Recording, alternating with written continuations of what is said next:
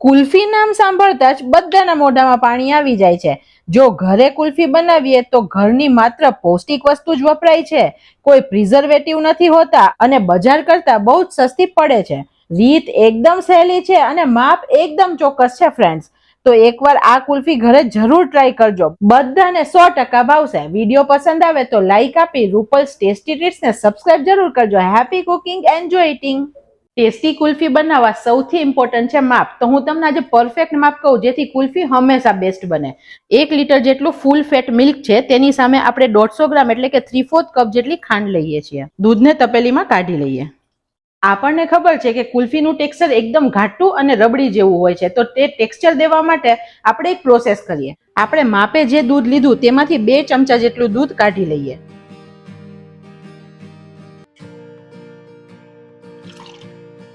આપણે 4 ચમચી milk powder add કરીએ, જેનાથી ટેસ્ટ અને બાઇન્ડિંગ બંને સરસ આવશે.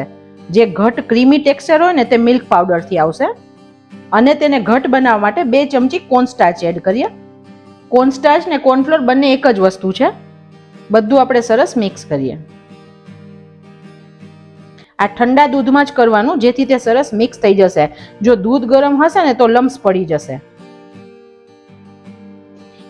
ઇન કેસ તમારી પાસે મિલ્ક પાવડર અને કોર્નસ્ટાર્ચ નથી તો તમે કસ્ટર્ડ પાવડર હોય ને તો તેનો પણ 4-5 ચમચી કસ્ટર્ડ પાવડરનો ઉપયોગ કરી શકશો, તો પણ થીક થઈ જશે.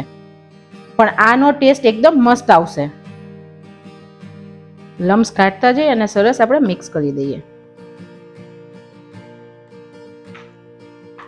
ચમચી આપણે દૂધની મલાઈ એડ કરીએ છીએ અને સરખું મિક્સ કરી દઈએ.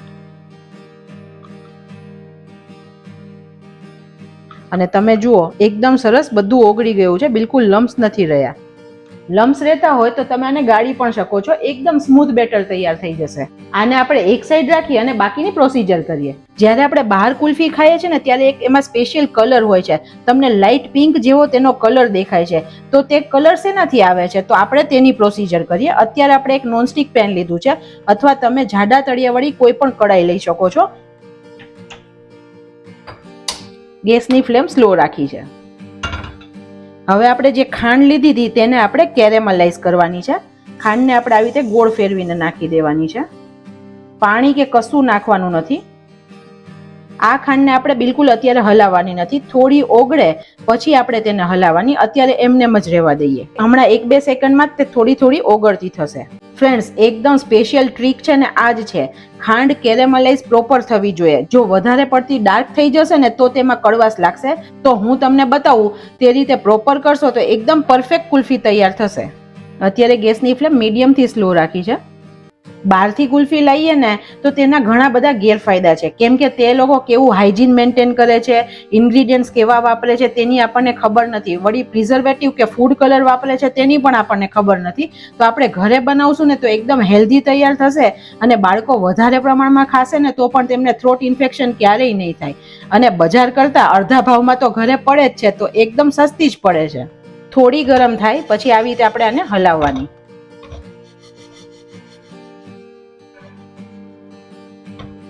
તમે જુઓ હવે વચ્ચે ખાંડનું પાણી થતું આવે છે અને ઘણી બધી ખાંડ મેલ્ટ થઈ છે.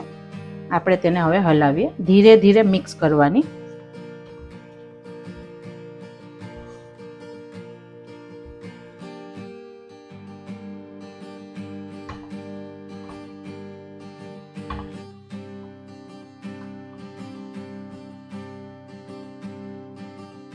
અત્યારે તમે ખાંડનો કલર જુઓ એકદમ વ્હાઇટિશ છે.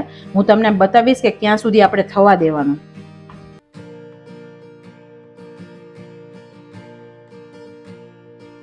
હવે તમે જુઓ એકદમ લાઇટ કલરની મેલ્ટ થતી જાય છે ખાંડ.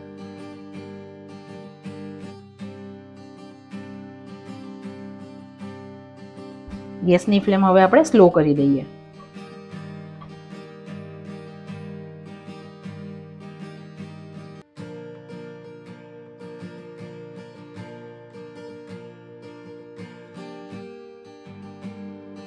હવે ખાંડ પણ ઘણી બધી ઓગળી ગઈ છે અને થોડો થોડો કલર ચેન્જ થાય છે અને ડાર્ક થતો આવે છે.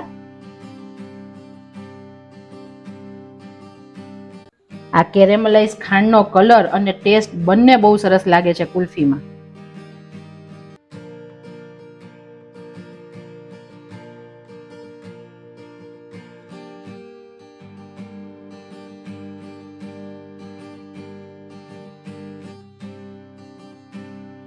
હવે તમે જુઓ ખાંડનો કલર બદલાઈ ગયો છે અને ગોલ્ડન જેવો થઈ ગયો છે. અત્યારે આ પરફેક્ટ છે.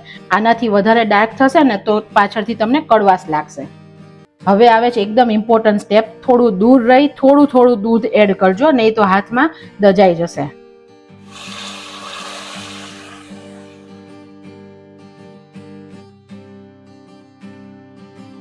અત્યારે તમે જોઈ શકો છો બધી ખાંડ ભેગી થઈ ગઈ છે. હમણાં ધીરે ધીરે ઉકળશે ને તેમ ખાંડ સરસ ઓગળી જશે. અને તમે જુઓ કલર તો અત્યારે જ કેટલો મસ્ત આવી ગયો. હવે આ તમને હું બતાવું, આ ખાંડના જે લમ્સ થયા છે ને તે હમણાં ઓગળી જશે ધીરે ધીરે.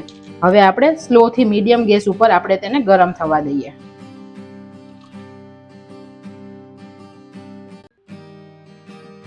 અત્યારે તમે જુઓ દૂધ બિલકુલ ઉકળ્યું નથી, તો સ્પેચ્યુલામાં બિલકુલ કોટ નથી થતું, એકદમ પાણીની જેમ વહી જાય છે. હું તમને કન્સિસ્ટન્સી એટલે બતાવું છું કે તમારે ઘરે પણ એકદમ પરફેક્ટ બને અને તમને બનાવતી વખતે ખ્યાલ પણ આવે. હવે જુઓ પહેલાં જેટલી બધી ખાંડ હતી ને તેમાંથી ઘણી બધી ઓગળી ગઈ છે અને લમ્સ પણ નીકળી ગયા છે. મેં અત્યારે રૂમ ટેમ્પરેચર વાળું દૂધ લીધું હતું. તમે ગરમ દૂધ હોય તો તેને પણ એડ કરી શકો છો, તો ખાંડના લમ્સ ઓછા બનશે. અત્યારે તમે જુઓ તો દૂધ અહીંયા સુધી છે. 20-30% જેટલું બળે તેટલું દૂધને આપણે ઉકાળવાનું છે, જેથી તેમાં ટેસ્ટ સરસ આવશે. અંદાજે 10 મિનિટ જેટલો સમય લાગશે.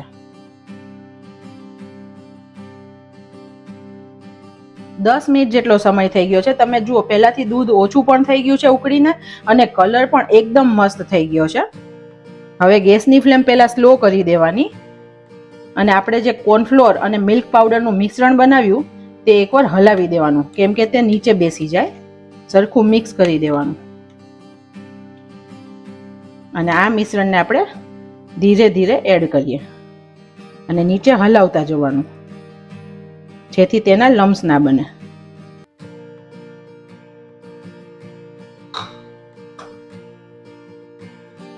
હવે આ મિશ્રણને પણ આપણે 5 થી 7 મિનિટ માટે ઘટ થાય ત્યાં સુધી થવા દેવાનું, કેમ કે કોર્નસ્ટાર્ચ કૂક થવો જરૂરી છે.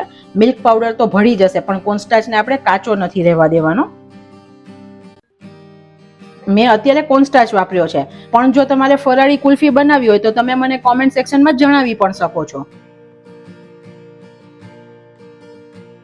ગેસની ફ્લેમ આપણે ફૂલ કરી દઈએ.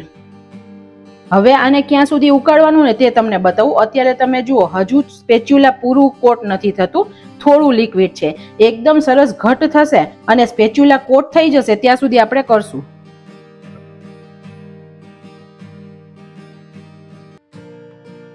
ફ્રેન્ડ્સ, ઘરે ડર્યા વગર કોન્ફિડન્સથી વાનગી બનાવવાની હું તમને એટલી સરળ રીતે અને પરફેક્ટ માપ સાથે બતાવું છું કે તમારા ઘરે પણ પરફેક્ટ જ બનશે. પણ એકવાર બનાવીએ ને તો આપણને ખ્યાલ પડે. 1/4 ચમચી જેટલો એલચી પાવડર એડ કરીએ. તમે જુઓ પહેલાથી હવે ઘણું ઘટ થઈ ગયું છે, તમને દેખાય પણ છે ને. હવે સ્પેચ્યુલાને કોટ કરે છે, તરત સ્પેચ્યુલા ખાલી નથી થઈ જતું, તો આ પરફેક્ટ છે. હું તમને બીજી રીતે પણ ચેક કરતા બતાવું. તમે આવી રીતે કોઈ પણ સ્ટીલનો ચમચો લઈને જોશો ને તો તેની પર પણ કોટ થાય છે. તમે જુઓ આપણે આમ હલાવીને કરીને તો આ કોટ થાય છે. હજુ જેમ ઠંડુ થશે તેમ થીક થશે. તો અત્યારે આ પરફેક્ટ છે. આપણે ગેસની ફ્લેમ બંધ કરીએ છીએ. એપ્રોક્સ 15 મિનિટ જેટલો સમય થયો છે. આપણે તેને એક બાઉલમાં કાઢી લઈએ. ઝડપથી ઠંડુ થાય તેની માટે આપણે પાણીની અંદર બાઉલને મૂકીએ, જેથી ઉપર મલાઈ નહીં જામી જાય અને ફટાફટ ઠંડુ થશે. અત્યારે આપણે કુલ્ફીને આ ડિસ્પોઝેબલ ગ્લાસમાં ફ્રીઝ કરીશું.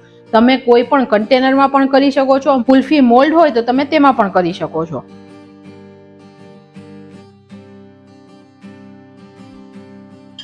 આપણે થોડું ખાલી રાખવાનું, જેથી ફ્રીઝ થઈને તે બરાબર સેટ થાય. ઉપરથી બિલકુલ ક્રિસ્ટલ્સ ના જામે તેની માટે થઈ અને આપણે સિલ્વર ફોઇલ વાપરીએ છીએ. થોડો કટ આપીએ અને કુલ્ફીની સ્ટીકને આપણે અંદર ઇન્સર્ટ કરી દઈએ. અને હવે આપણે આને ફ્રીઝરમાં 7 થી 8 કલાક અથવા તો 1 દિવસ માટે ફ્રીઝ કરીએ. 1 લીટર દૂધમાંથી આપણી 6 કુલ્ફી બનીને રેડી થશે. આપણે ચેક કરીએ.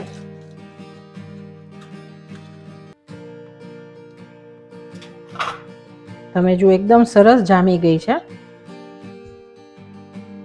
આપણે ગ્લાસને કટ કરી અને તેને કાઢી લઈએ.